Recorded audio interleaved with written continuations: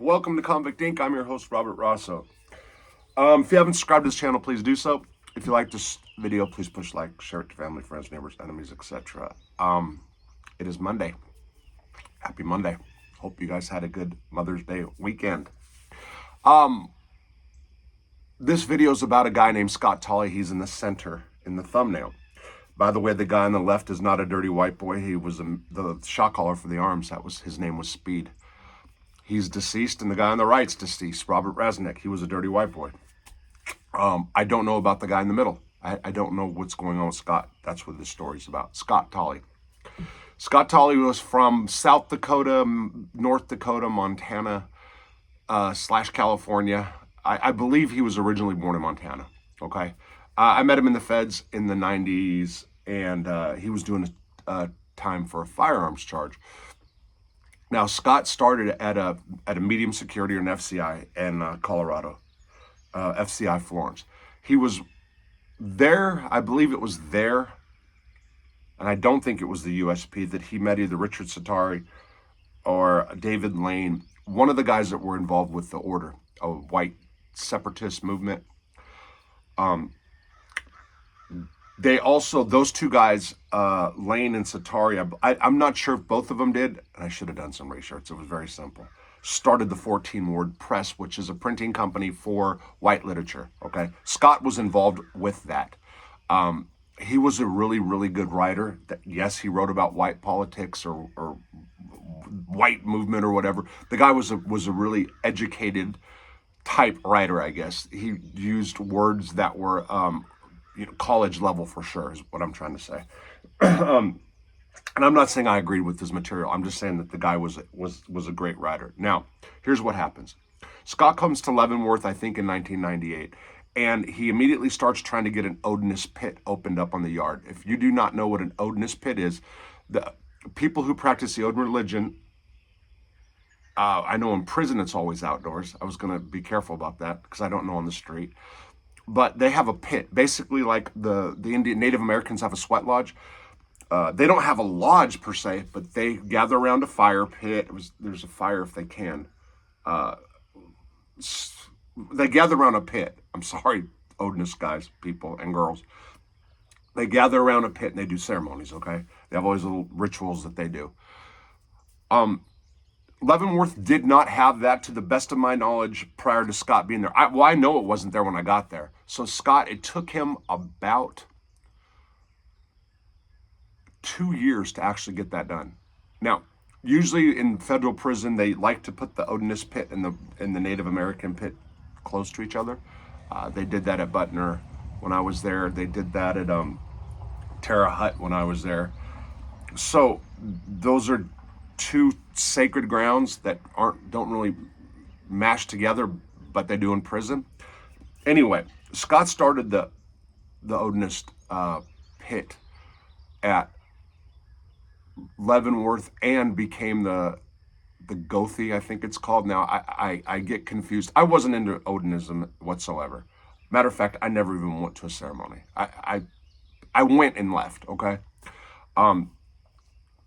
I used to call the guys that were the leaders, I think that's Gothi. I used to call them Kufis. But anyway, that was like my little joking. Anyway, let me tell you a few things about Scott here. Scott worked in the dish room with Jeremy Itis, a guy out of Minnesota, and they were really close. There was about a 20 years age difference, but they were super, super close. They used to make really, really good wine daily. I used to work in the kitchen on the napkin crew, and I drank daily. And that's where I drank, in the back of the dish room with these two.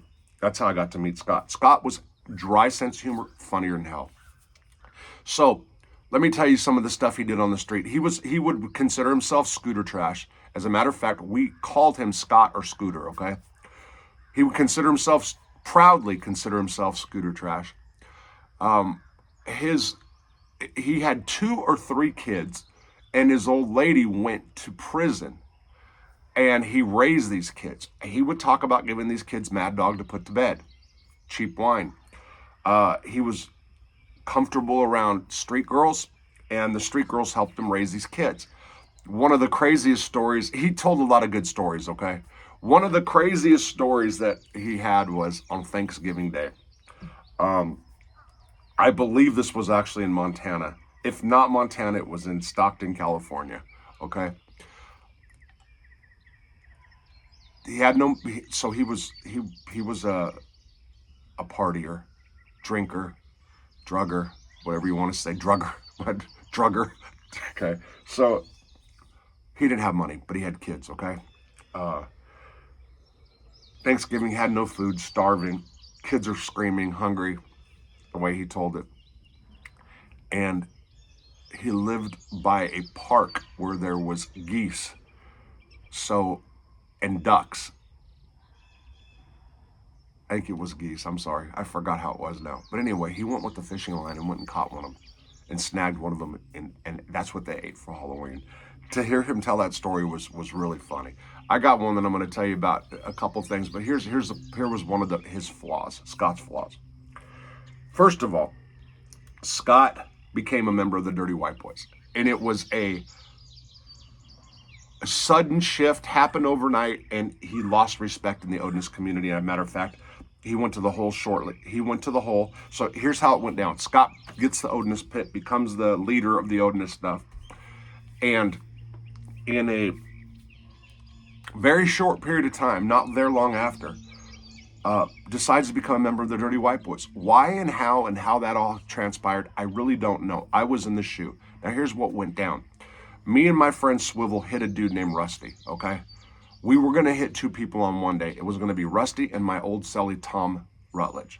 The reason we were going to do this is it had everything to do with Rusty, but Tom had to go because I wanted to come back on the compound, and Tom Rutledge was influential on the compound, and he would have politicked to get Rusty out.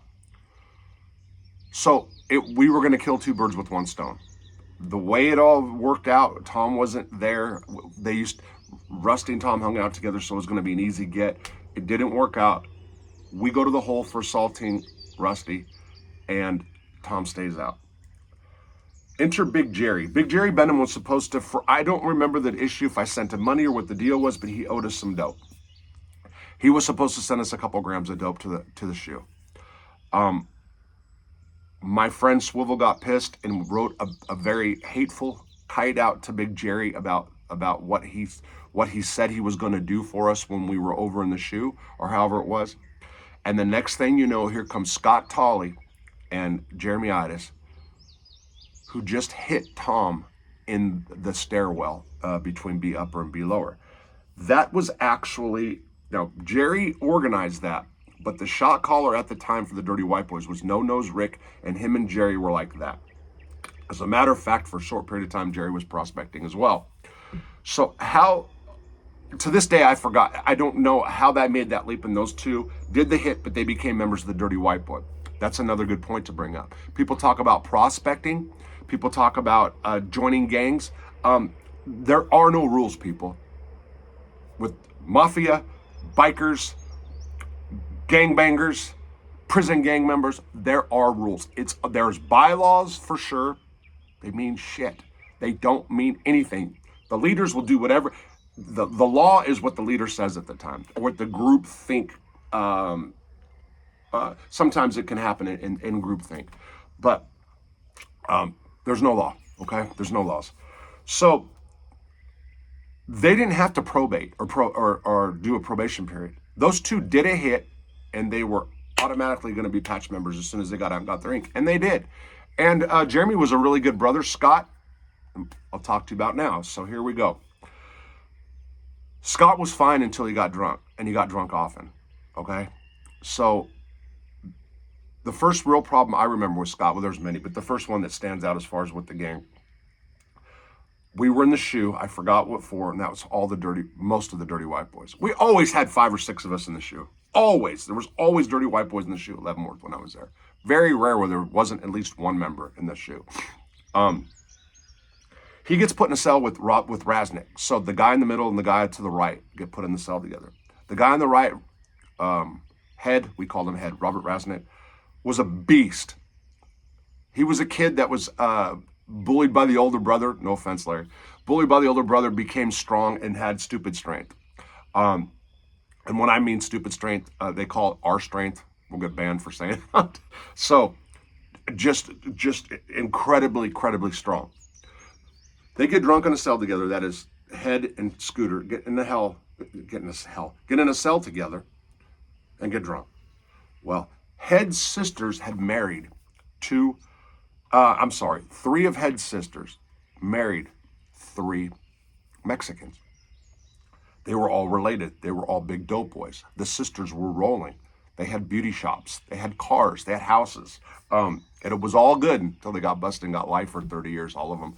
But anyway, Head had photos of his sisters with their dark-skinned Mexican husbands. Scott was very racist.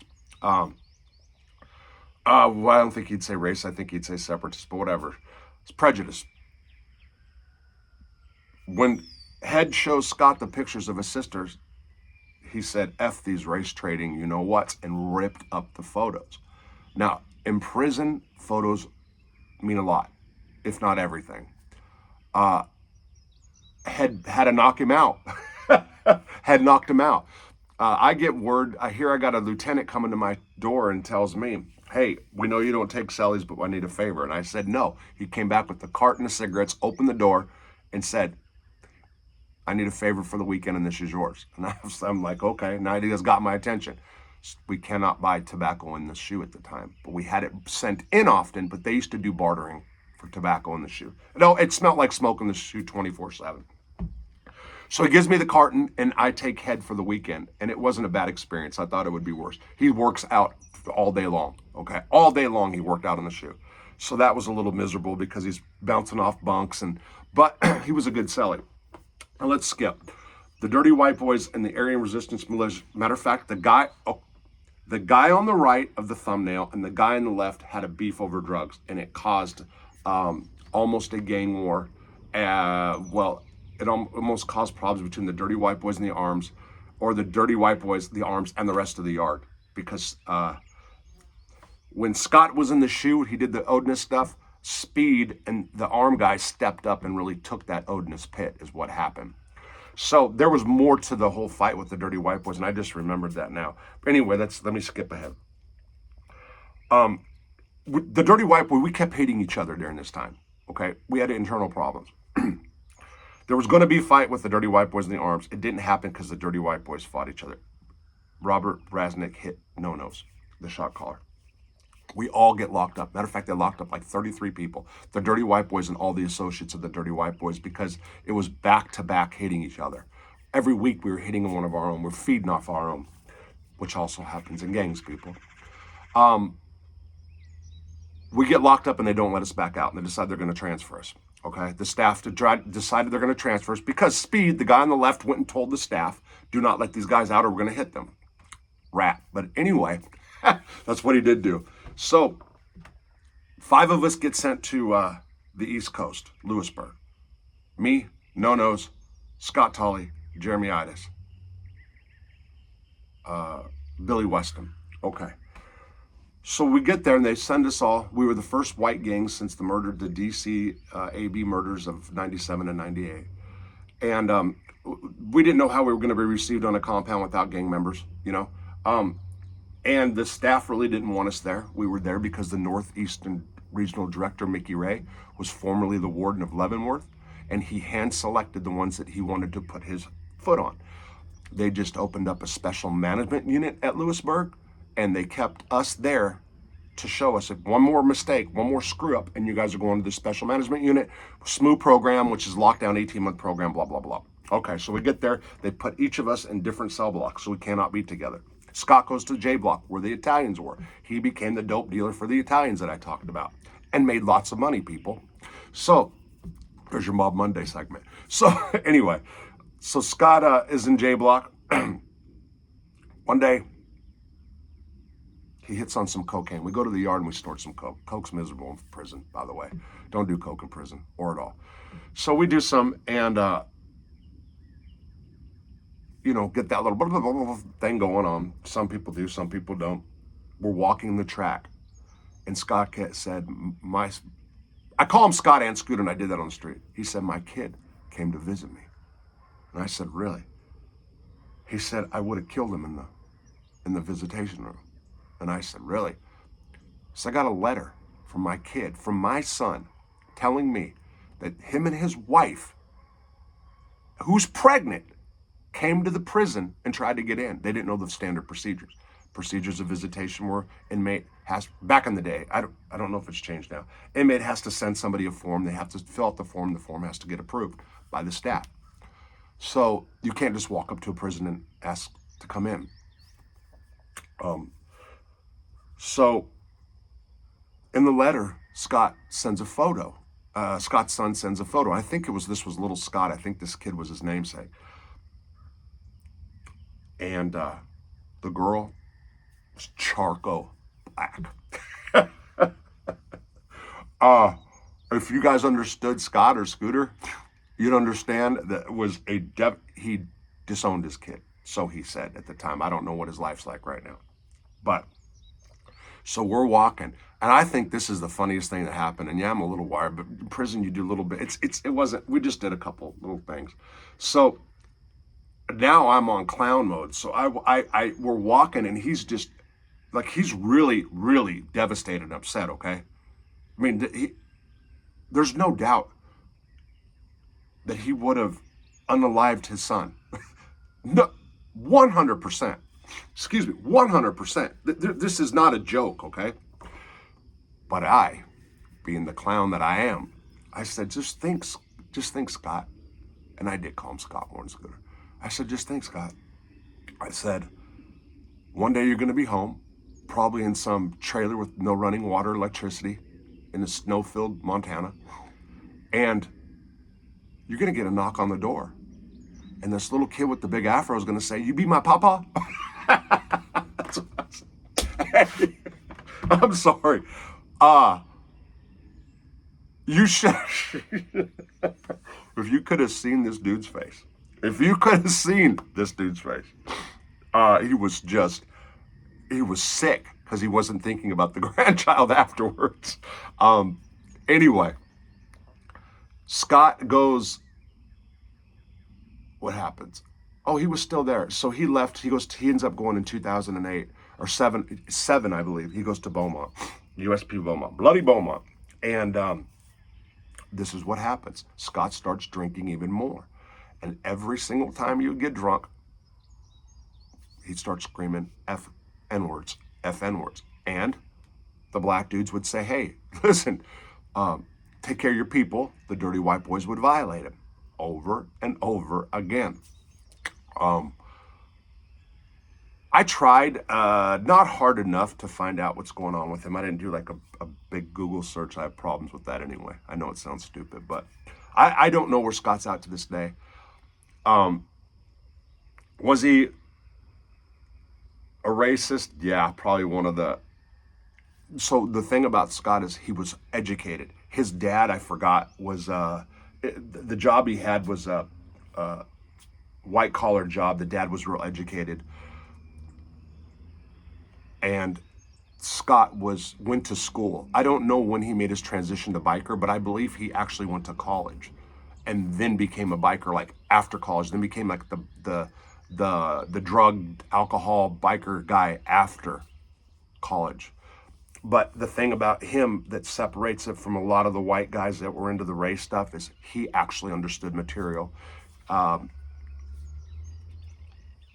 and can go in depth about cultural backgrounds through centuries, you know. That's what, so he was one of the guys that, like a Matt Hale would not say he's racist. This is a leader of a white movement who's in prison that I know. They would say not racist. Well, Scooter would. Yeah, Scooter would.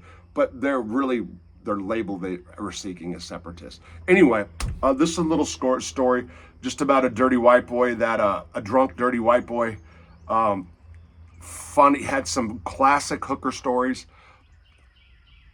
Now I just think of it right now. I know he went up to Alaska for a while, and they used to him and his group of guys. They would do like contests. The fattest girl, whoever gets the fattest girl, nails the fattest girl.